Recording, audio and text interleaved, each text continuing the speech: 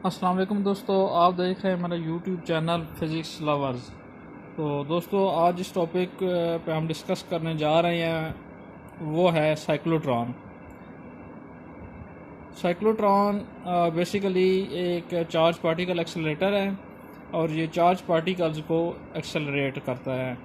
दोस्तों 1932 के अंदर जो साइक्लोट्रॉन है ये लिविंगस्टोन और लॉरेंस ने डेवलप किया था। चार्ज पार्टिकल कौन कौन से हैं हमारे पास, like proton, neutron, alpha particle, ये सारे हमारे पास क्या हैं, चार्ज पार्टिकल्स हैं। तो आइए आगे हम चलते हैं इसके प्रिंसिपल की तरफ कि साइक्लोट्रॉन वर्क कैसे करता है। तो दोस्तों साइक्लोट्रॉन का जो बेसिक प्रिंसिपल है उसके लिए हमें एक स्मॉल इलेक्ट्रिक फील्ड और एक स्ट्रॉन्ग मैग्नेटिक फील्ड चाहिए। इलेक्ट्रिक फील्ड दोस्तों क्या करता है, ये जब पार्टिकल इलेक्ट्रिक फील्ड में से पास आउट होता है, गुजरता है, तो उसका जो है काइनेटिक एनर्जी वो बहुत ज़्यादा बढ़ जाती है और मैग्नेटिक फील्ड जो है इस चार्ज पार्टिकल को एक सर्कल के अंदर मूव कराने में मदद देता है।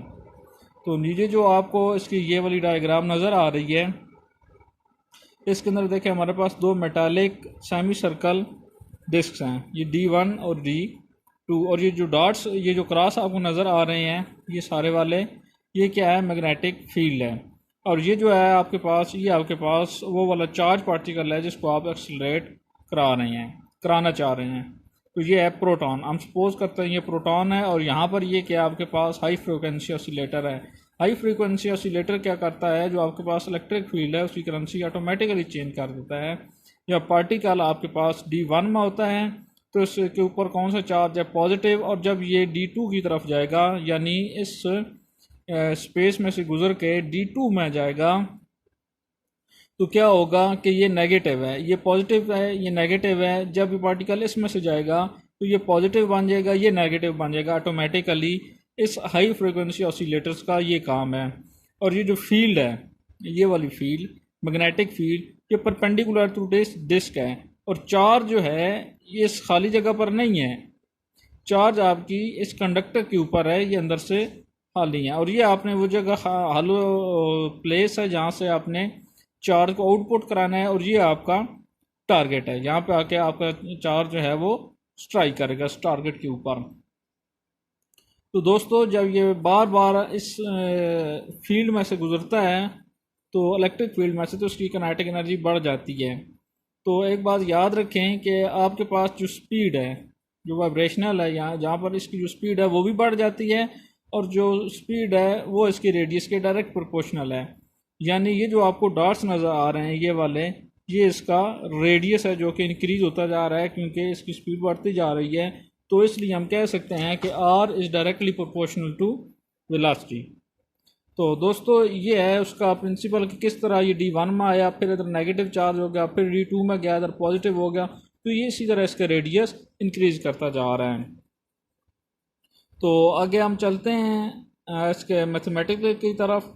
तो मैथमेटिकल में है कि when a charge particle move in a magnetic field it experience a force BQ। तो आपके पास क्या फोर्स होती है, BQ फोर्स को वो एक्सपीरियंस करता है। तो इस फोर्स की वजह से उसके ऊपर एक सेंट्रीपिटल फोर्स अपीयर होती है। जब भी दोस्तों आपको पता है कि जब भी कोई भी पार्टिकल मूव करता है सर्कल के अंदर, ये सेमी सर्कल के अंदर, तो उसके ऊपर एक सेंट्रीपिटल फोर्स अपीयर होती है। तो ये वो फोर्स क्या होती है, mv²/r। अगर इन दोनों को हम कंपेयर करें तो यहाँ से हम ये रिजल्ट निकालते हैं कि R is directly proportional to V है, यानी R जो है वो उसका रेडियस है चार्ज पार्टिकल का, और V उसकी वेलोसिटी है। अब हम निकालते हैं आगे उसका टाइम। तो टाइम क्या होता है, distance by speed. So time is equal to NR/V। अगर हम इक्वेशन 1 और इक्वेशन 2 को कंपेयर करें तो यहाँ क्या आएगा कि आपके पास जो टाइम आएगा वो आएगा πm/BQ। सो अगर हम ये देखें कि इस हाफ साइकिल के लिए टाइम T/2 है, इसके लिए भी T/2 है, तो टोटल टाइम दोनों को प्लस करें तो T बनता है।